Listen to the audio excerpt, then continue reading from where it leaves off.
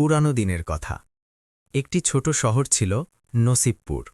মানুষ সবরের সাথে দিন কাটাত, রহমতের আশায় ইবাদত করত, আর তাকদীরের ওপর বিশ্বাস রাখত। সেই শহরে একজন যুবক থাকত, নাম ছিল ফাহিম।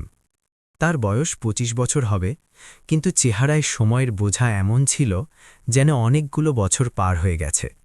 তার চোখে গভীর নির্জনতা ঝলমল করত, আর ঠোঁটে সবসময় নীরবতা ছেয়ে থাকত। শৈশবে এক বড় বিপদ এসেছিল। নদীতে বন্যা এলো, সবকিছু ভেসে গেল। মা বাবা, ছোট ভাই সবাই বিচ্ছিন্ন হয়ে গেল। ফাহিম কোনোভাবে প্রাণ বাঁচিয়ে তীরে পৌঁছেছিল, কিন্তু হৃদয়ে একটা খালি জায়গা রয়ে গেল, যা কখনো পূরণ হল না। এখন সে শহরের শেষ প্রান্তে একটি ছোট মাটির কুড়ে ঘরে থাকত। সারাদিন খেতে খামারে খাটত, সন্ধ্যায় মসজিদে নামাজ আদায় করত, আর রাতে চাঁদের আলোয় বসে পুরানো স্মৃতিতে হারিয়ে যেত। মানুষ তাকে দেখে দয়া করত, কিন্তু সে কারোর সাথে বেশি কথা বলত না। তার জীবনে শুধু ইবাদত ছিল, সবর ছিল, আর এক বেনামি আকাঙ্ক্ষা, যার হৃদয়ে দমে থাকত। এক সন্ধ্যার কথা। সূর্য ডুবো ডুবো, আকাশে লাল আভা ছড়িয়েছিল। ফাহিম ক্ষেত থেকে ফিরছিল, তার কাঁধে লাঙল ঝুলছিল, হাতে কাঁদা লেগেছিল, আর চলায় ক্লান্তি। নদীর ঘাড়ের রাস্তাটি শান্ত ছিল, শুধু পাতার খসখসানি আর দূরে কোথাও কুকুরের ঘেউ ঘেউ শব্দ শোনা যাচ্ছিল। সে চলতে চলতে থেমে গেল। সামনে একটি গাছের নিচে কেউ বসেছিল। সে একজন যুবক, প্রায় ফাহিমেরই বয়সী। জামাকাপড় ছেঁড়া, ধুলো মাখা, চেহারা ফ্যাকাশে হয়ে গিয়েছিল। সে মাটিতে হেলান দিয়ে বসেছিল, আর তার চোখ বন্ধ ছিল, যেন ব্যথায় ডুবে আছে। ফাহিম কাছে গিয়ে দেখল, তার নিঃশ্বাস ধীর ছিল, কপালে ঘাম, আর পায়ে গভীর ক্ষত, যা থেকে রক্ত ঝরছিল। ফাহিমের মন গলে গেল। সে ধীরে করে ডাক দিল, ভাই, তুমি ঠিক আছে তো? সেই যুবক চোখ খুলল। তার দৃষ্টি দুর্বল ছিল, কিন্তু তাতে এক অদ্ভুত চমক ছিল। সে ফাহিমকে দেখল, তারপর ধীর গলায় বলল, পানি যদি রহমত হয়, তবে এক ঢক পানি। ফাহিম তক্ষুনি নিজের পানির পাত্র মশকিজা নামালো, আর তাকে পানি খাওয়ালো। সেই যুবক তৃষ্ণার্তের মতো পান করতে লাগল, যেন অনেক দিন ধরে পিপাসার্ত। পান করে সে মাথা তুলল আর বলল, আল্লাহ তোমাকে যা যা খায়ের দিক। আমি দূর থেকে আসছি। রাস্তায় ডাকাতরা ঘিরে ধরেছিল, সব ছিনিয়ে নিয়েছে, জখম করেছে। এখন আর চলতে পারছি না। ফাহিম চুপ থাকল। সে তার অবস্থা দেখল আর বলল, ওঠো, আমার সাথে চলো। আমার কুড়েঘর কাছেই, ওখানে বিশ্রাম করবে, ক্ষত ধুয়ে দেব। সেই যুবক ধীরে করে উঠল। ফাহিম তার বাহু ধরল আর সাহারা দিয়ে চলতে লাগল। রাস্তা লম্বা ছিল না, কিন্তু দুজনেরই গতি ছিল ধীর। সন্ধ্যা ঘনিয়ে আসছিল, চাঁদ উঠেছিল, নদীর পানি রূপোর মতে চকচক করছিল। কুড়েঘরে পৌঁছে ফাহিম তাকে চারপাইতে শোয়াল। সে পানি গরম করল, ক্ষত ধুয়ে দিল, আর পুরানো পরিষ্কার কাপড় বেঁধে দিল। তারপর রুটি আর ডাল যা বাকি ছিল গরম করে তার সামনে রাখল। সেই যুবক চুপচাপ খেতে লাগল। ফাহিম পাশে বসে তাকে দেখতে লাগল। খাওয়া শেষ হলে সেই যুবক বলল, আমার নাম সাদিক, আমি একটি দূরের গ্রাম থেকে আসছি। ওখানেও বন্যা এসেছিল অনেক বছর আগে, সবকিছু কেড়ে নিয়েছিল। তখন থেকে ঘুরে বেড়াচ্ছি, এক জায়গায় টিকতে পারি না। তকদির আমাকে এখানে পৌঁছে দিল। ফাহিম শুধু মাথা নাড়ল, তার বুকটা কেমন যেন কেঁপে উঠল। সাদিকের কথায় এমন কিছু ছিল যা তার নিজের স্মৃতির মতো লাগত, কিন্তু সে চুপ থাকল। রাত গভীর হয়ে এলো, সাদিক ক্লান্তিতে ঘুমিয়ে পড়ল। ফাহিম বাইরে বসে চাঁদ দেখতে লাগল। পরদিন সকালে ফজরের আজান হল, দুজনে একসাথে নামাজ পড়ল। সাদিকের ক্ষত তখনও ব্যথা দিচ্ছিল। ফাহিম বলল, তুমি এখানেই থাকো যতক্ষণ না ঠিক হয়ে যাচ্ছ, একা যাওয়া বিপদের কাজ। সাদিক তার দিকে তাকাল, তার চোখে জল ছিল। সে বলল, তোমার নাম কি? ফাহিম জবাব দিল, ফাহিম। সাদিক হাসার চেষ্টা করল আর বলল, ফাহিম বড় সুন্দর নাম, হয়তো আল্লাহ আমাদের কোনো হেকমতে বা উদ্দেশ্যে মিলিয়েছেন। দিন কাটতে লাগল। সাদিক ধীরে ধীরে সুস্থ হতে লাগল। দুজনে একসাথে খেতে যেত, একসাথে নামাজ পড়ত। সন্ধ্যায় নদীর ধারে বসত। কথা কম হতো, কিন্তু নীরবতায় এক অদ্ভুত প্রশান্তি ছিল। ফাহিমের প্রথমবার মনে হল যে তার একাকিত্ব কিছুটা হালকা হয়েছে। সাদিকও চুপ থাকত, কিন্তু মাঝে মাঝে পুরানো কথা তুলত। এক সন্ধ্যায় দুজনে নদীর ধারে বসেছিল। সাদিক দূরে তাকিয়ে বলল, শৈশবে আমার এক ভাই ছিল, খুব ছোট ছিল, বন্যায় হারিয়ে গেল, মাঝে মাঝে স্বপ্নে আসে। ফাহিমের বুক ধরাস করে উঠল। সে কিছু বলল না, শুধু চুপচাপ পানিতে পাথর ছড়ল। ঢেউ উঠল আর দূরে ছড়িয়ে গেল।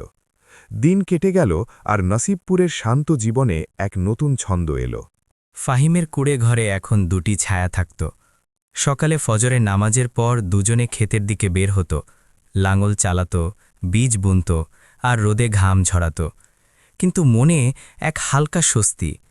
সাদিকের ক্ষত ধীরে ধীরে সেরে উঠছিল, এখন সে সাহায্য ছাড়াই হাঁটতে পারত। কিন্তু তবুও ফাহিম তার দিকে তাকিয়ে থাকত, যেন কোনো পুরানো অভ্যাস। নীরবতা দুজনেরই সঙ্গী ছিল। কথা কম হতো, কিন্তু যখন হতো তখন তা গভীর হতো। একদিন খেতে পানি দেওয়ার সময় সাদিক থেমে দূরে নদীর দিকে তাকালো। তার চোখ ঝাপসা হয়ে এলো। সে ধীরে করে বলল, সেই বন্যার রাতের কথা মনে আছে আমার। আকাশ যেন ফেটে পড়েছিল, পানি সব কিছু গিলে খেল। আমি ছোট ছিলাম, মায়ের হাত ধরেছিলাম, কিন্তু ঢেউ কেড়ে নিল। বড় ভাই ছিল আমার, সে আমাকে ধাক্কা দিয়ে তীরের দিকে ছুড়ে দিল, নিজে ভেসে গেল। নাম ছিল তার ফাহিম। ফাহিমের হাত থেমে গেল, লাঙল মাটিতে আটকে গেল। তার কলিজা সজোরে ধরফর করতে লাগল, যেন কোনো পুরানো ক্ষত আবার খুলে গেছে। সে চুপ থাকল, শুধু মাথা নিচু করে পানির ধারা দেখতে লাগল। সাদিক আবার বলল, মাঝে মাঝে মনে হয় সে বেঁচে থাকবে কোথাও, তকদির যদি বাঁচিয়ে দিয়ে থাকে তবে।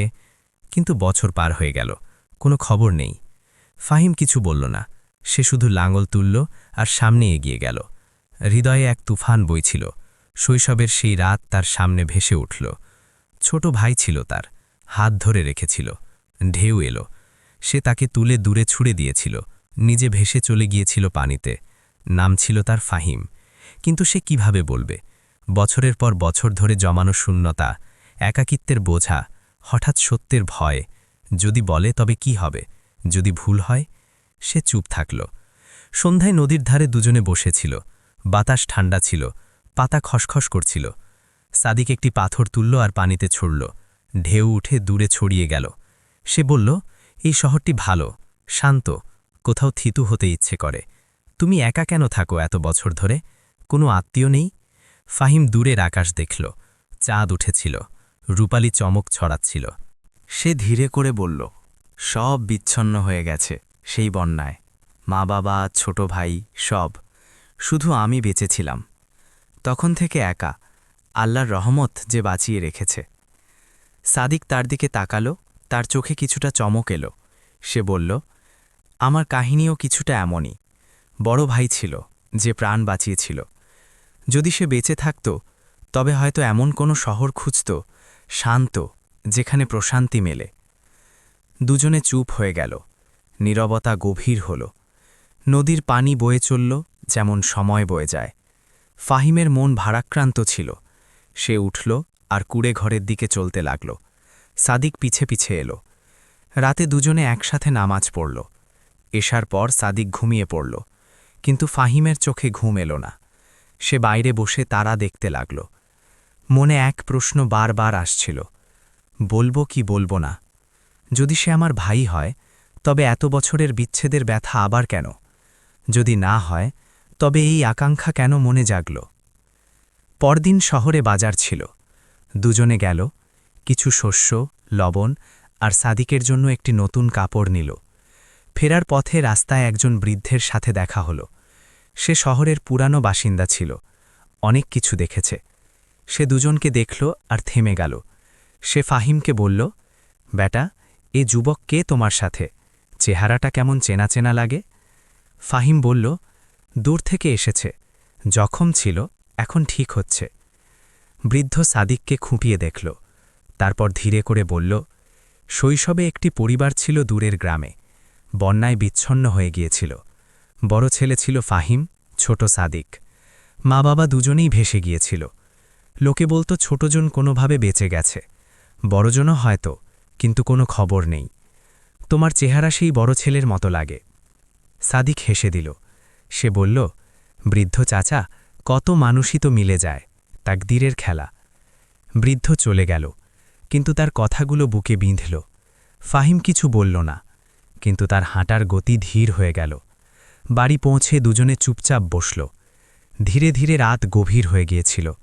নসিবপুরের বাতাসে স্তব্ধতা ছায়া হয়েছিল। শুধু দূর থেকে আসা ঘোড়ার খুরের শব্দ আর মানুষের ধীর কথা। ফাহিম কুড়েঘরের দরজার দিকে তাকালো। বাইরে চাঁদের আলো ছড়িয়েছিল, কিন্তু গাছের ছায়ায় একটি ছায়া নড়ল, যেন কেউ লুকিয়ে আছে, কান পেতে শুনছে। সাদিকের চেহারা সাদা হয়ে গেল। সে ফাহিমের বাহু ধরল আর ধীরে করে বলল, ওরা সেই লোক যারা আমাকে লুটেছিল, এখন এখানেও পৌঁছে গেছে। ফাহিম নিঃশব্দে মাথা নাড়ল। সে ঘরের ভেতরে ছোট লণ্ঠনটি নিভিয়ে দিল। অন্ধকার হয়ে গেল। দুজনে দেয়াল ঘেঁষে বসল। হৃৎস্পন্দন দ্রুত ছিল, কিন্তু নীরবতায় ডুবে। বাইরে ছায়াগুলো বাড়তে লাগল। ৩-৪ জন লোক ছিল হয়তো। তাদের কথা হালকা শোনা যাচ্ছিল। একজন বলল, সেই জখম লোকটাকে এখানেই দেখেছিল কেউ। কুড়েঘর এই দিকেই। শিক্ষা দেব, যেন রাস্তা ভুল করে এখানে আর না আসে। ফাহিমের হাত কুড়ালের ওপর গেল, যা কোনায় রাখা ছিল। তার চোখ অন্ধকারে জলজল করছিল। সাদিক তার দিকে তাকালো। তার দৃষ্টিতে ভয় ছিল, কিন্তু ভরসাও ছিল। সে ধীরে করে বলল, তোমার কারণে আমি বেঁচে আছি। যদি কিছু হয় তবে তুমি পালিয়ে যেও, আমি একাই মোকাবিলা করে নেব। ফাহিম কিছু বলল না, শুধু তার হাত ধরল আর চাপ দিল, যেন বলছে একা ছাড়ব না। বাইরে খুরের শব্দ কাছে আসতে লাগল। একজন লোক কুড়েঘরের কাছে থামল। সে দরজায় ধাক্কা দিল। আওয়াজ প্রতিধ্বনিত হল, কেউ আছে ভেতরে? খলো। দুজনে শ্বাসরোধ করে বসে রইল। মনে এক পরীক্ষা চলছিল। ফাহিমের স্মৃতি আবার উছলে উঠল। সেই রাতের বন্যা, যখন সে ছোট ভাইকে ছুড়ে দিয়েছিল দূরে। এখন আবার কোনো বিপদ, আর আবার সেই ভাই সামনে। যদি আজ কিছু হয় তবে। সে উঠল, কুড়াল ধরল। সাদিক আটকানোর চেষ্টা করল, কিন্তু ফাহিম ইশারায় চুপ করালো। বাইরে থেকে আবার আওয়াজ এলো, খোলো, নইলে ভেঙে দেব। ঘোড়ার ডাক শোনা গেল। হঠাৎ দূরে মসজিদের দিক থেকে কুকুরের ঘেউ ঘেউ আওয়াজ উঠল। শহরের কিছু লোক জেগে গেল হয়তো। ডাকাতদের কথা বলা বেড়ে গেল। একজন বলল, চলো, এখন নয়, শহর জেগে যাবে, পরে আসব। খুরের শব্দ দূরে চলে গেল। ছাড়া উধাও হয়ে গেল। দুজনে স্বস্তির নিঃশ্বাস ফেলল। ফাহিম দরজা খুলল আর বাইরে দেখল। চাঁদের আলোয় রাস্তা খালি ছিল। সাদিক বাইরে এলো। তার চোখ ভেজা ছিল। সে বলল, আল্লাহর রহমত, তুমি না থাকলে আজ। ফাহিম দূরের জঙ্গলের দিকে দেখল। সে ধীর গলায় বলল, বিপদ এখনও কাটেনি, ওরা ফিরে আসবে। কাল সকালে শহরবাসীদের জানাতে হবে। সারা রাত ঘুম এলো না। দুজনে বাইরে বসে তারা দেখতে লাগল। নীরবতায় এক অদ্ভুত ঘনিষ্ঠতা ছিল। সাদিক হঠাৎ বলল, শৈশবে বড় ভাই এমনই ছিল, বিপদেও অটল হয়ে মোকাবিলা করত। সেই রাতেও যখন ঢেউ এলো, সে আমাকে বাঁচালো। নাম ছিল ফাহিম। কখনো দেখা হলে এই বলতাম, ভয় পাস না, আমি আছি। ফাহিমের বুক আবার ধড়াস করে উঠল। সে মাথা নিচু করল। মনে পড়ল ছোট ভাই যে ভয়ে কাঁদত। তার চেহারা, গলার স্বর সব মিলত সাদিকের সাথে, কিন্তু বলতে পারল না। ভয় ছিল যে যদি ভুল হয় তবে এই বন্ধুত্বও হারিয়ে যাবে। সে চুপ থাকল, শুধু বলল, তকদির আল্লাহর হাতে, যা লেখা আছে তাই হবে। সকাল হল। ফজরের আজান ভেসে এলো। দুজনে নামাজ আদায় করল। মনে কিছুটা প্রশান্তি এলো। তারপর শহরে গেল। ওখানে মানুষদের জানালো। শহরবাসীরা বলল, আমরা সবাই সাথে আছি, ডাকাতরা যদি আসে তবে মোকাবিলা করব। কিছু যুবক তৈরি হল। ফাহিম আর সাদিক ফিরল, তখন রোদ বেড়ে গিয়েছিল। খেতে কাজ করার সময় সাদিক বলল, এখানেই থাকতে চাই, তোমার সাথে ভাইয়ের মতো মনে হয় তোমাকে, একাকিত্ব ভালো নয়। ফাহিম হালকা হাসল। সে বলল, থাকো, কুড়ে ঘর ছোট কিন্তু হৃদয় বড়। দিন কাটল। ডাকাতদের খবর এলো না, হয়তো ভয় পেয়েছে। দুজনের জীবনে স্বস্তি ফিরল। সন্ধ্যাগুলো নদীর ধারে কাটত, কথা গভীর হতো। এক সন্ধ্যায় সাদিক পুরনো কথা তুলল। সে বলল, মায়ের গলায় একটি তাবিজ ছিল রূপোর, বন্যায় হারিয়ে গেছে, তাতে নাম লেখা ছিল, কখনো পেলে চিনতাম। ফাহিমের চোখ বড় হয়ে গেল। তার কাছে সেই তাবিজটিই ছিল যা বন্যার পর পাওয়া গিয়েছিল। কিন্তু পকেটে চেপে রেখেছিল বছরের পর বছর। সে কিছু বলার আগেই দূরে ধোঁয়া উঠতে দেখা গেল। জঙ্গলের দিকে আগুন লেগেছিল যেন, আর তার মধ্যে থেকে ডাকাতদের চিৎকার শোনা যাচ্ছিল। আর ঠিক সেই মুহূর্তেই ফাহিমের পকেট থেকে তাবিজটি মাটিতে পড়ে গেল। চাঁদের আলোয় তা চকচক করছিল। চাঁদের আলোয় সেই রূপোর তাবিজ মাটিতে চকচক করছিল, যেন কোনো পুরানো স্মৃতি হঠাৎ জ্যান্ত হয়ে উঠেছে। ফাহিম থমকে গেল। তার হাত পকেটের দিকে গেল, কিন্তু দেরি হয়ে গিয়েছিল। সাদিকের নজর তার ওপর পড়ল। সে ঝুঁকে তাবিজটি তুলল। তার আঙুল কাঁপছিল। চাঁদের আলোয় সে খুঁটিয়ে দেখল, পুরানো সুতো, রূপোর পাত, আর তাতে খোদাই করা নাম সাদিক, আর অন্যদিকে ফাহিম। সাদিকের চেহারা ফ্যাকাশে হয়ে গেল, তার চোখ বড় হয়ে গেল। সে ধীরে করে বলল, এটা এটা মায়ের তাবিজ, বন্যায় হারিয়ে গিয়েছিল। কিভাবে তোমার কাছে? ফাহিম নিথর দাঁড়িয়ে থাকল। তার হৃৎপিণ্ড সজোরে ধুকধুক করছিল। বছরের পর বছর জমানো বোঝা হঠাৎ কাঁধের উপর চেপে বসল। সে কিছু বলার আগেই দূরে জঙ্গল থেকে ধোঁয়া উঠতে দেখা গেল। আগুনের শিখা ওপরে উঠছিল, আর তার মধ্যে থেকে আওয়াজ আসছিল ডাকাতদের। তারা চিৎকার করছিল, পুড়িয়ে দাও সব, কেউ যেন বাঁচতে না পারে। সাদিক তাবিজটি হাতের মুঠোয় চেপে ধরল। তার নজর ফাহিমের ওপর ছিল, কিন্তু বিপদের শব্দ তাকে নাড়িয়ে দিল। সে বলল, পরে, এসব পরে, এখন ওরা আসছে, আগুন লাগিয়ে দিচ্ছে জঙ্গলে, শহর বিপদে আছে। ফাহিম মাথা নাড়ল। সে তক্ষুনি কুড়ুল কুড়ল আর একটি মশাল বানাল। দুজনে কুড়ে ঘর থেকে বেরোল। রাতের স্তব্ধতা ভেঙে চুরমার হয়ে গিয়েছিল। দূর থেকে আগুনের আভা ছড়িয়ে পড়ছিল। শহরের দিকে ধোঁয়া কুণ্ডলি পাকিয়ে আসছিল। ফাহিম বলল, শহরবাসীদের জাগাতে হবে, একা কিছু করতে পারব না। দুজনে দৌড়ে চলল। রাস্তা অন্ধকার ছিল, কিন্তু চাঁদ আলো দিচ্ছিল। সাদিকের হাতে তখনও তাবিজটি ছিল। সে চলতে চলতে মাঝে মাঝে সেটি দেখত। মনে হাজার প্রশ্ন উঠছিল, কিন্তু সময় ছিল না। শহরে পৌঁছে তারা দরজায় ধাক্কা দিল। মানুষ জাগল, খবর ছড়ালো আগুনের মতো। যুবকরা জড়ো হল, কারো হাতে লাঠি, কারো হাতে কুড়াল। বৃদ্ধরা দোয়া করতে লাগল। শহরের সর্দার একজন বয়স্ক লোক, তিনি বললেন, ডাকাতরা ওরা, আগেও এসেছিল আশেপাশে, এখন আগুন দিয়ে ভয় দেখাতে চায়। সবাই একসাথে চলো, আল্লাহ রহমত দেবেন। সবাই জঙ্গলের দিকে এগোল। ফাহিম আর সাদিক আগে আগে। আগুন কাছে আসছিল, গাছ জ্বলছিল, কড়কড় শব্দ হচ্ছিল, ধোঁয়া চোখে ভিজছিল। হঠাৎ সামনে কিছু ছায়া দেখা গেল। ৫-৬ জন ডাকাত, তাদের হাতে মশাল, তলোয়ার জলজল করছিল রোদে। ডাকাত সর্দার হাসল, দেখো, শহরের ইঁদুরগুলো এসে গেছে, আজ শিক্ষা দেব। ফাহিম এগিয়ে গিয়ে বলল, কেন আগুন দিচ্ছ? আমরা তোমাদের কি ক্ষতি করেছি? ডাকাত বলল, এই জমি আমাদের, যে এখানে আসবে সে পুড়ে মরবে। সেই জখম লোকটাকে তো বিশেষভাবে খুঁজছি। সাদিক সামনে এলো, তার চোখ রাগে লাল হয়ে গিয়েছিল। সে বলল, আমিই সেই যে বেঁচে গিয়েছিল, এখন মোকাবিলা করো। লড়াই শুরু হয়ে গেল।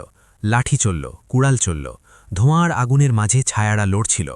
ফাহিম সাদিকের পাশেই ছিল, যেমন শৈশবে থাকত। সে প্রতিটা আঘাত রুখছিল, প্রতিটা বিপদ থেকে বাঁচাচ্ছিল। একজন ডাকাত সাদিকের উপর ঝাঁপিয়ে পড়ল, কিন্তু ফাহিম তাকে ধাক্কা দিল। কুড়ালের ঘা পড়ল, ডাকাত পড়ে গেল। ডাকাতরা পিছু হটতে লাগল। শহরবাসীদের সংখ্যা বেশি ছিল, তারা পালিয়ে গেল, কিন্তু ডাকাত সর্দার চেঁচিয়ে বলল, এটা শেষ হয়নি, ফিরে আসব। আগুন নেভানো হলো, নদী থেকে পানি ঢালা হলো, সারা রাত পরিশ্রম হলো।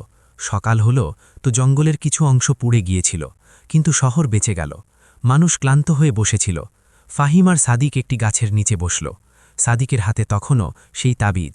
সে ফাহিমের দিকে তাকাল, তার চোখ ভেজা ছিল। সে ধীর গলায় বলল, এই তাবিজ মা আমার গলায় পরিয়ে দিয়েছিল, বলেছিল বড় ভাই বাঁচাবে সব সময়। বন্যায় হারিয়ে গিয়েছিল, তোমার কাছে কিভাবে? ফাহিমের গলা বুঝে এলো। সে মাথা নিচু করল, স্মৃতি উছলে উঠল। সেই রাতে যখন সে ছোট ভাইকে ছুড়ে দিয়েছিল, তাবিজটি তার হাতে রয়ে গিয়েছিল পানির ঝাপটায়। বছরের পর বছর ধরে রেখেছিল শেষ চিহ্ন হিসেবে। সে বলল, সেই রাতে আমি এক শিশুকে বাঁচিয়েছিলাম, ঢেউয়ের মধ্যে ছুড়ে দিয়েছিলাম দূরে। এই তাবিজটি তার সাথে ছিল। সাদিকের নিঃশ্বাস দ্রুত হয়ে গেল। সে বলল, সেই শিশু আমি ছিলাম, আর তুমি? বড় ভাই ফাহিম। ফাহিম চোখ তুলল। দুজনে একে অপরের দিকে তাকিয়ে থাকল। নীরবতায় বছরের পর বছর ধরে জমে থাকা ব্যথা অশ্রু হয়ে ঝরল। সাদিক তাবিজটি ফাহিমের হাতে রাখল। সে বলল, ভাই, আল্লাহ মেলালেন অবশেষে। ফাহিম তাকে বুকে জড়িয়ে নিল। চোখের জল বইল, কিন্তু তা প্রশান্তির। কিন্তু প্রশান্তি বেশিক্ষণ রইল না। ভোরের লাল আভা তখনও পুরোপুরি ছড়ায়নি যে শহরে হইচই পড়ে গেল। মসজিদ থেকে আওয়াজ এলো, রাতে বিপদ বড়, সবাই সতর্ক হয়ে যাও।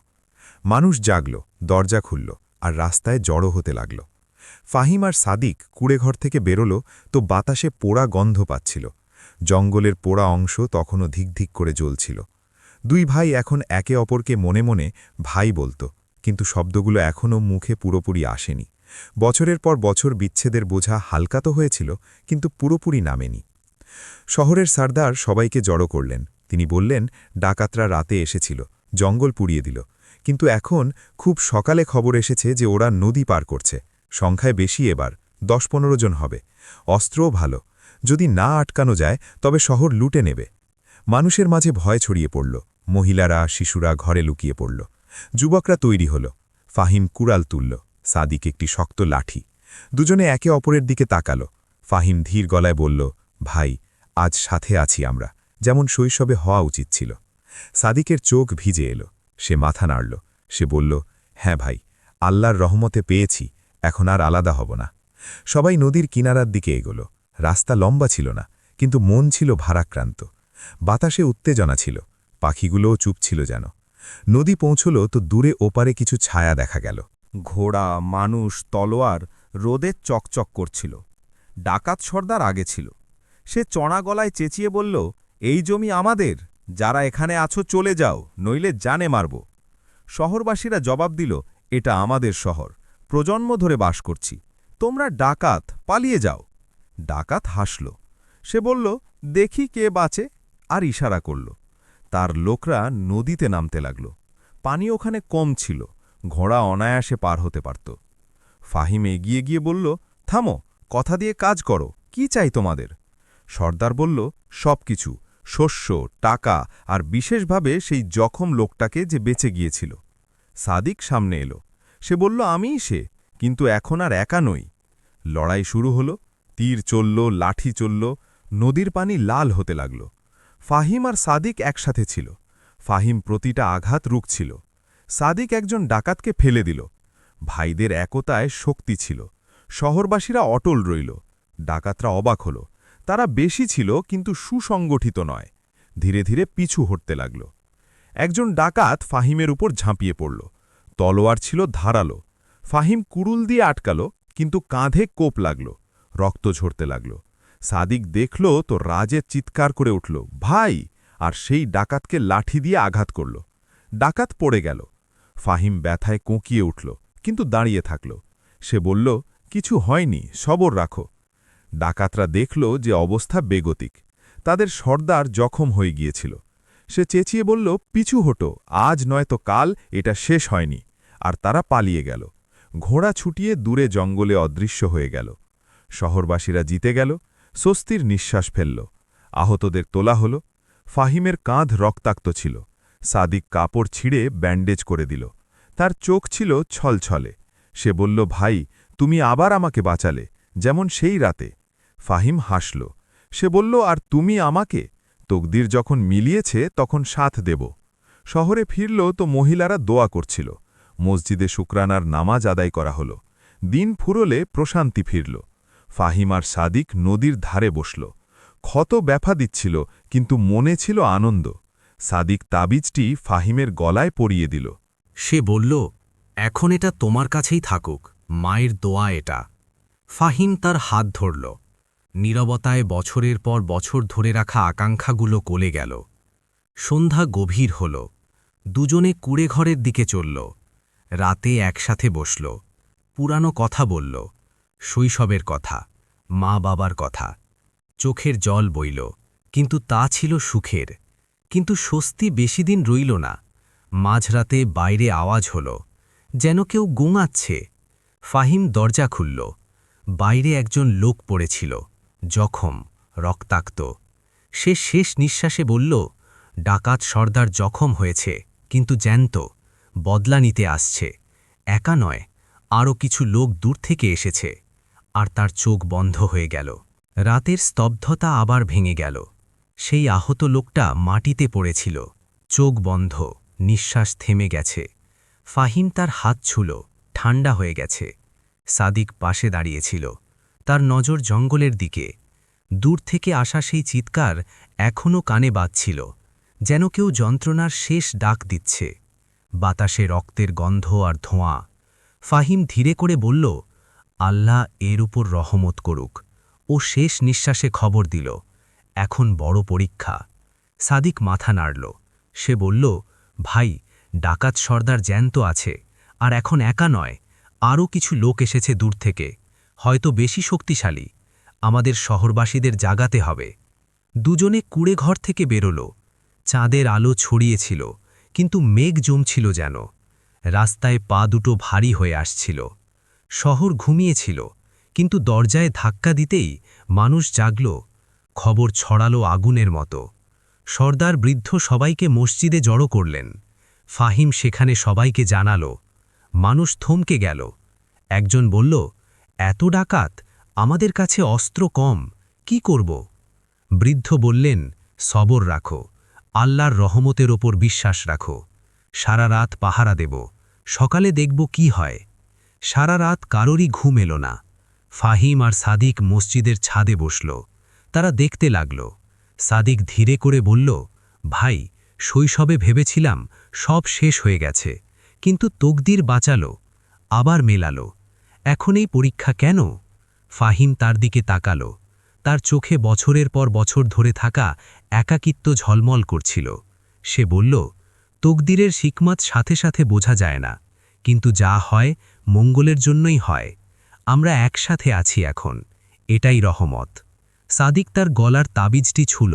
সে বলল, হ্যাঁ ভাই, মায়ের দোয়া এটা আমাদের বাঁচাবে। সকাল হল। ফজরের আজান ভেসে এলো। নামাজের পর সবাই তৈরি হল। নদীর ধারে পৌঁছল তো দূরে ওপারে বিশাল ভিড় দেখা গেল। ২০-২৫ জন লোক, ঘোড়া, উঁট, অস্ত্র, রোদে চকচক করছিল। ডাকাত সর্দার আগে ছিল, তার ক্ষত ব্যান্ডেজ করা, কিন্তু চেহারা রাগে লাল। তার সাথে একজন নতুন লোক ছিল, লম্বা চওড়া গড়ন, কালো দাড়ি, যেন কোনো দূরের গোত্রের সর্দার। ডাকাতরা নদী পার হল। পানি কম ছিল, সহজেই চলে এলো। শহরবাসীরা অটল দাঁড়িয়েছিল। ফাহিম আর সাদিক সামনে এলো। ডাকাত সর্দার চিৎকার করে বলল, আজ কেউ বাঁচবে না, এই শহর আমাদের হবে।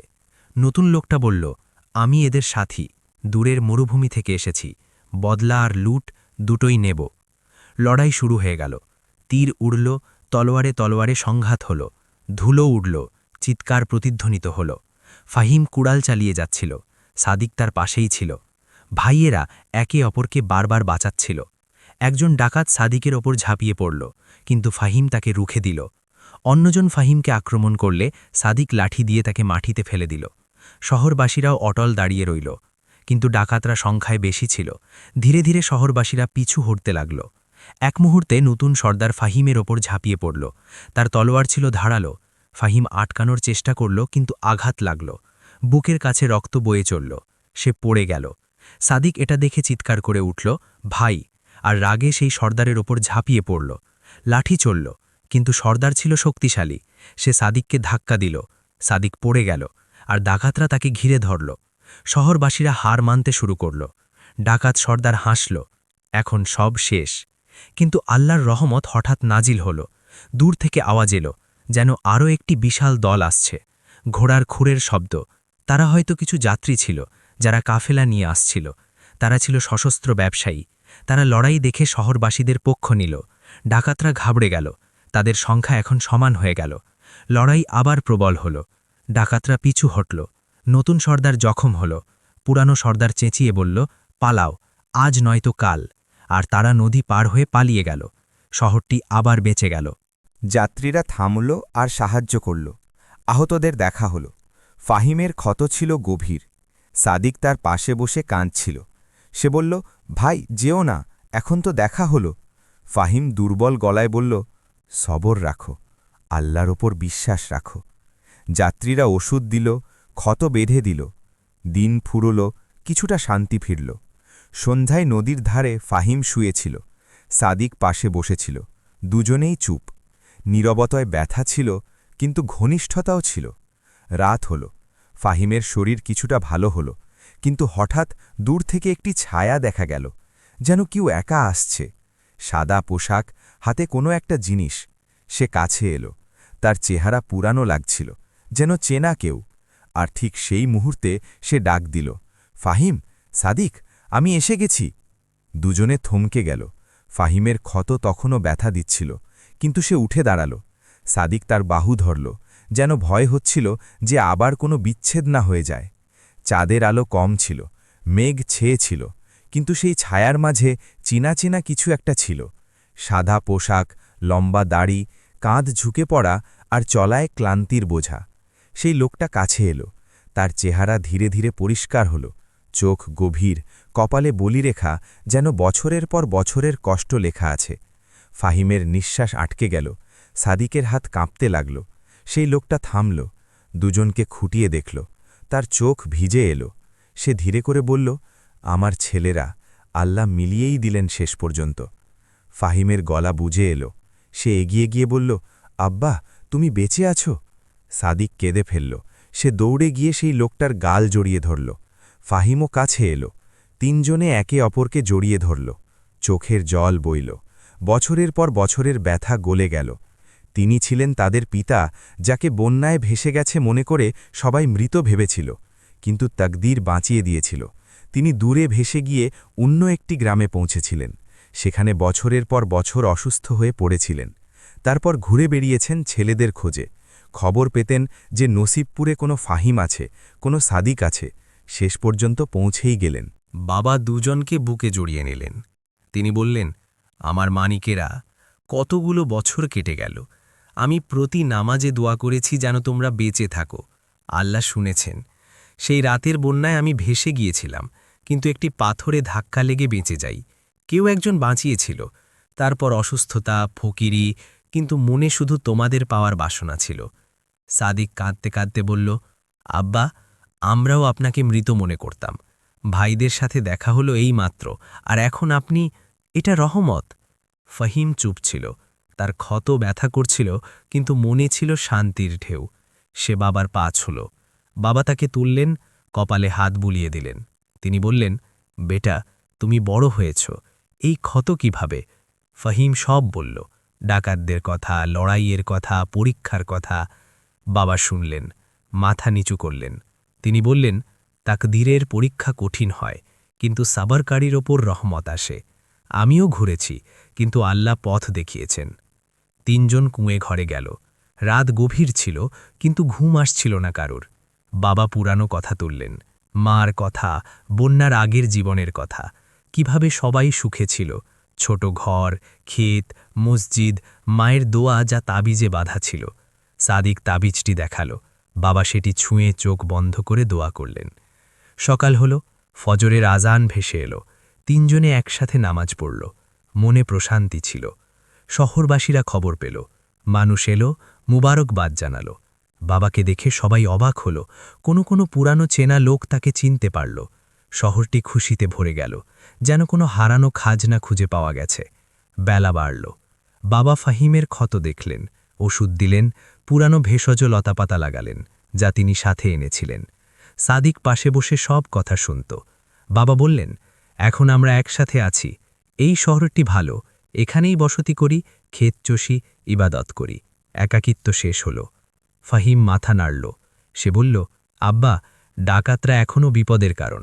কাল আবারও এসেছিল, বড় দল ছিল। বাবা দূরের জঙ্গল দেখলেন। সে ধীরে করে বলল, আমি আসার পথে কিছু দেখেছিলাম। ওরা জড়ো হচ্ছে। সর্দার জখম হয়েছে, কিন্তু রাগ বেশি। দূর থেকে আরও লোক ডেকেছে, হয়তো আজ রাতে বা কাল। কিন্তু ভয় পাস না, আল্লাহ বড়। দিনটি শান্তিতে কাটল। তিনজনে নদীর ধারে বসল, কথা বলল। বাবা ছোটবেলার গল্প শোনালেন, কিভাবে ফাহিম বড় হলে ঘর সামলাত, সাদিক দুষ্টুমি করত। হাসি এলো, অশ্রুও এলো। সন্ধ্যা নামল, শহরে প্রস্তুতি শুরু হলো। মানুষ আবার জড়ো হলো, অস্ত্র হাতে নিল। রাত হল, চাঁদ উঠল। তিনজনে মসজিদে গেল, তাহাজ্জুদ পড়ল, রহমতের দোয়া চাইল। ফিরল তো কুঁড়ে ঘরে বসল। বাবা বললেন, ছেলেরা, জীবন একটা পরীক্ষা। বিচ্ছেদ, মিলন, ব্যথা, শান্তি, সবই তাকদীর। কিন্তু সবর আর বিশ্বাসে সব মুশকিল আসান হয়। সাদিক বলল, আব্বা, এখন আর কোনো বিচ্ছেদ নেই। ফাহিম দুজনের হাত ধরল। নীরবতা ছেয়ে রইল। মন ভরা ছিল। কিন্তু রাত গভীর হতেই খুরের শব্দ শোনা গেল। এবার অনেক বেশি ঘোড়া, উঁট, চিৎকার। ডাকাতরা আসছিল। সর্দারের আওয়াজ প্রতিধ্বনিত হল, আজ কেউ বাঁচবে না। শহর জেগে গেল। মানুষ জড়ো হল। বাবা বললেন, চলো ছেলেরা, আল্লাহর নামে অটল থাকি। 3 জনে সামনে এগোলো, নদীর ধারে পৌঁছালো। ডাকাতদের দল ছিল বিশাল, 30 জনের বেশি। সর্দার আগে, নতুন সঙ্গী পাশে। তারা চেঁচালো, সব কিছু আমাদের। লড়াই শুরু হলো। তীর, তলোয়ার, আর্তনাদ। ফাহিম, সাদিক আর বাবা একসাথে। বাবার বয়স হয়েছিল, কিন্তু সাহস ছিল টগবগে।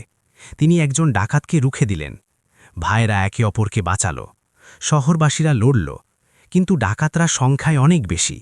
ধীরে ধীরে ঘেরাও ভাঙতে শুরু করল। এক মুহূর্তে সর্দার সাদিকের ওপর ঝাঁপিয়ে পড়ল। তলোয়ার উঠল। ফাহিম দেখল আর চিৎকার করল, ভাই! আর মাঝখানে ঝাঁপ দিল। আঘাত লাগল ফাহিমের গায়ে। সে পড়ে গেল। সাদিক রাগে সর্দারের ওপর আঘাত করল। বাবা সাহায্য করলেন। ডাকাতরা এগিয়ে এলো। শহর বিপদে, কিন্তু হঠাৎ আকাশে মেঘ গর্জন করে উঠল। বৃষ্টি শুরু হলো প্রবল। নদী উত্তাল হয়ে উঠল। পানি বাড়তে লাগল। ডাকাতরা ঘাবড়ে গেল। তাদের ঘোড়াগুলো পিছলে যেতে লাগল। আর ঠিক সেই মুহূর্তে নদীতে এক বিশাল ঢেউ উঠল, যেন পুরানো বন্যার স্মৃতি। ডাকাতরা ভেসে যেতে লাগল। সর্দার চেঁচালো, কিন্তু পানি তাকে গিলে ফেলল। শহরবাসীরা বেঁচে গেল। বৃষ্টি থামল না। ফাহিম মাটিতে পড়েছিল, রক্ত বইছিল।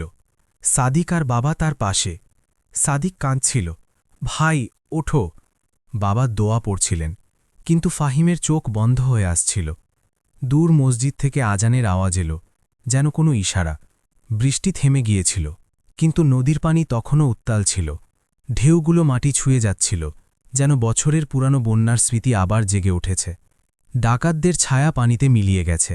সর্দারের শেষ চিৎকার বাতাসে মিশে গিয়েছিল। আর এখন শুধু পানির গর্জন আর দূর মসজিদ থেকে আসা ফজরের আজান বাকি ছিল। আজানের সুর ছিল ধীর, কিন্তু গভীর, যেন আল্লাহর রহমত নিজেই নেমে এসেছে। শহরবাসীরা স্তব্ধ হয়ে দাঁড়িয়েছিল।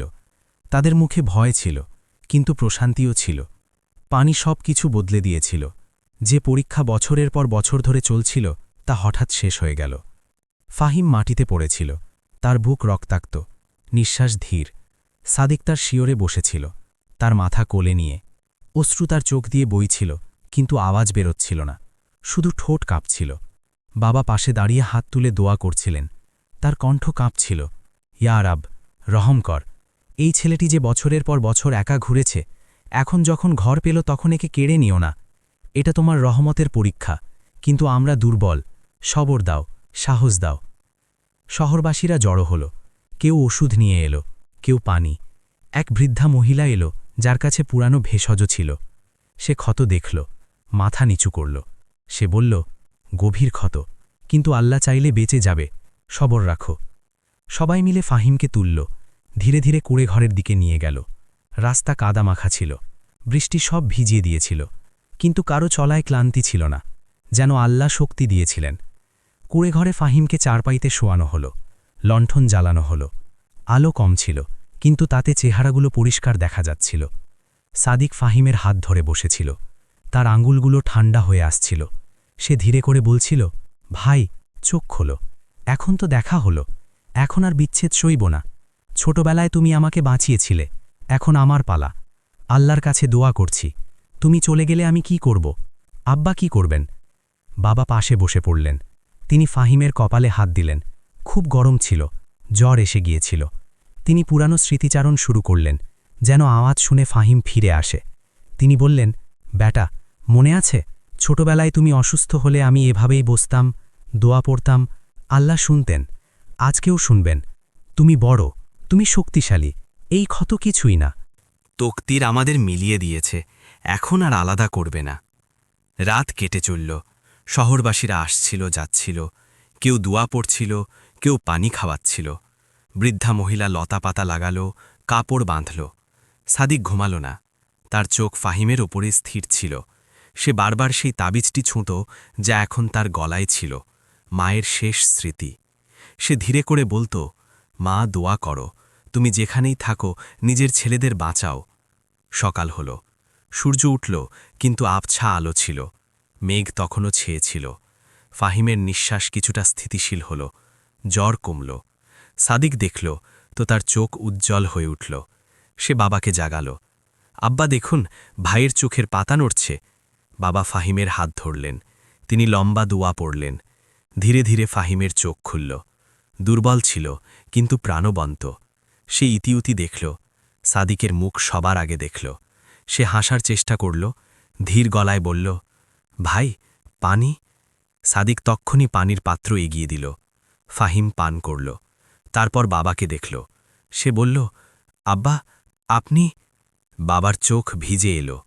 তিনি ফাহিমকে বুকে জড়িয়ে নিলেন, বললেন, বেটা, আল্লাহ বাঁচিয়ে দিয়েছেন। এটা তোর সাহস ছিল, সবার ছিল। দিন কাটল। ধীরে ধীরে ফাহিমের ক্ষত ভরতে লাগল। প্রথমে উঠে বসল, তারপর হাঁটতে লাগল। শহর আবার শান্ত হয়ে গেল। ডাকাতদের আর কোনো খবর এলো না। পানি সব ভাসিয়ে নিয়ে গিয়েছিল। লোকে বলতো আল্লাহর রহমত ছিল। যেমন সেই পুরনো বন্যায় নিবার হারিয়েছিল, এই নতুন বন্যায় শত্রুরা হারিয়ে গেল। তকদিরের খেলা ছিল। ফাহিম ঠিক হলে তিনজনে আবার নদীর ধারে যেতে লাগল। সন্ধ্যাগুলো সেখানেই কাটত। বাবা পুরনো গল্প শোনাতেন, কেমন ছিল তাদের বাড়ি, মা কিভাবে দোয়া পড়তেন, কিভাবে ফাহিম বড় হয়ে ক্ষেত সামলাত আর সাদিক তার পিছে পিছে ঘুরত। হাসি আসত, চোখের জলও। সাদিক বলতো, ভাই, সেই রাতে তুমি যদি আমাকে না ছুড়ে দিতে তবে হয়তো কেউই বাঁচত না। ফাহিম বলতো, তকদির ছিল, আল্লাহ লিখেছিলেন যে আমাদের দেখা হবে। বছরের একাকিত্ব ছিল পরীক্ষা, এখন শান্তি। এক সন্ধ্যার কথা। সূর্য ডুবুডুবু, আকাশ লাল আভায় ভরা। তিনজনে বসেছিল। নদী শান্ত হয়ে বয়ে যাচ্ছিল। বাবা দূরে তাকিয়ে বললেন, ছেলেরা, জীবন এক লম্বা সফর। এতে বিচ্ছেদ আছে, মিলন আছে, ব্যথা আছে, রহমত আছে। আমরা সব দেখেছি। বন্যায় সব কেড়ে নিয়েছিল, কিন্তু আল্লাহ আবার ফিরিয়ে দিয়েছেন। সবর করেছি, তাই ফল পেয়েছি। বিশ্বাস রেখেছি, তাই পথ খুলেছে। এখন এই শহরই আমাদের ঘর। এখানেই বসতি করি, ক্ষেত চষি, ইবাদত করি, আর একে অপরের সাথে থাকি। সাদিক মাথা নাড়ল। সে ফাহিমের দিকে তাকিয়ে বলল, ভাই, তোমার কারণে আমি বেঁচে আছি। প্রথমবার যখন দেখা হলো, আমি জখম ছিলাম। তুমি আমাকে তুলে নিলে। তখন জানতাম না যে রক্তের সম্পর্ক আছে, কিন্তু মন জানত। বন্ধুত্ব হলো, তারপর ভাইয়াচার। এ আল্লাহরই হেকমত। ফাহিম কিছুক্ষণ চুপ থাকল। সে নদীতে পাথর ছড়ল। ঢেউ উঠে দূরে ছড়িয়ে গেল। সে বলল, ভাই, বন্ধুত্ব দিয়ে সম্পর্ক শুরু হয়েছিল।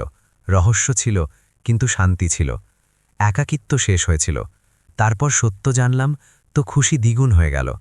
আব্বাও আছেন, পরিবার পূর্ণ হল। এটা রহমত। তকদির পরীক্ষা নিয়েছে, কিন্তু সবরের পুরস্কার দিয়েছে। বাবা দুজনকে জড়িয়ে ধরলেন, বললেন, আমার মানিকেরা, এখন আর কোনো অপূর্ণ আকাঙ্ক্ষা নেই। যা হারিয়েছিলাম তা পেয়ে গেছি। আল্লাহ মহান, তার মর্জির ওপর কিছু নেই। দিন কাটতে লাগল। শহরে নতুন জীবন শুরু হল। ফাহিম আর সাদিক একসাথে ক্ষেতচস্ত। বাবা মসজিদে বেশি সময় কাটাতেন। লোকেদের পুরানো গল্প শোনাতেন। মানুষ আসত, তাদের কাহিনী শুনত, বলতো, এটা তকদিরের কারিশমা। বিচ্ছিন্নরা ফিরে পেল, পরীক্ষার পর রহমত এলো। একদিন বাজারে সেই পুরানো বৃদ্ধের সাথে দেখা হলো, যে আগে চিনেছিল। সে তিনজনকে একসাথে দেখে হাসল, বলল, আল্লাহর হিকমত দেখো, যারা বিচ্ছিন্ন হয়েছিল তারা মিলে গেল। সবরের ফল মিষ্টি হয়। সময় বয়ে চলল। ক্ষেতগুলো সবুজ হয়ে উঠল। কুড়েঘরটি বড় হয়ে গেল। এখন 3টি ছায়া থাকত সেখানে। সন্ধ্যাগুলো নদীর তীরে, আর রাতগুলো ইবাদতে। কখনো পুরানো কথা মনে পড়লে চোখের জল ঝরত, কিন্তু তা ছিল খুশির। সাদিকের বিয়ে হলো এক ভালো ঘরের মেয়ের সাথে। ফাহিম সব সামলাল। বাবা দোয়া দিলেন। শহরটি খুশহাল হয়ে রইল, কোনো বিপদ আর আসেনি। বছর কেটে গেল, সন্তানাদি হল, ঘরে হাসি প্রতিধ্বনিত হল। বাবা বৃদ্ধ হয়ে গিয়েছিলেন, কিন্তু চেহারায় ছিল প্রশান্তি। এক সন্ধ্যায় আবার নদীর ধারে তিনজনে বসেছিল, এখন সাথে নাতি নাতনিরাও। বাবা বললেন, ছেলেরা, দেখো আল্লাহ কি থেকে কি করে দিলেন। একাকিত্ব থেকে পরিবার, ব্যথা থেকে শান্তি। এটা সবরের রহমত। ফাহিম আর সাদিক মাথা নাড়ল। নদী বয়ে যাচ্ছিল, চাঁদ চকচক করছিল। নীরবতায় সব বলা হয়ে গেল। তাকদীরে যা লেখা ছিল তা পূর্ণ হল। রহমত বর্ষিত হল। পরীক্ষা শেষ হল। জীবন আবার শান্ত লয়ে বইতে শুরু করল। আর নসিবপুরের সেই ছোট শহরটি সবসময় শান্ত রইল। সবুজ বাগান আর নদীর কিনারে, যেখানে একটি পরিবার সবরের মাধ্যমে রহমত পেয়েছিল।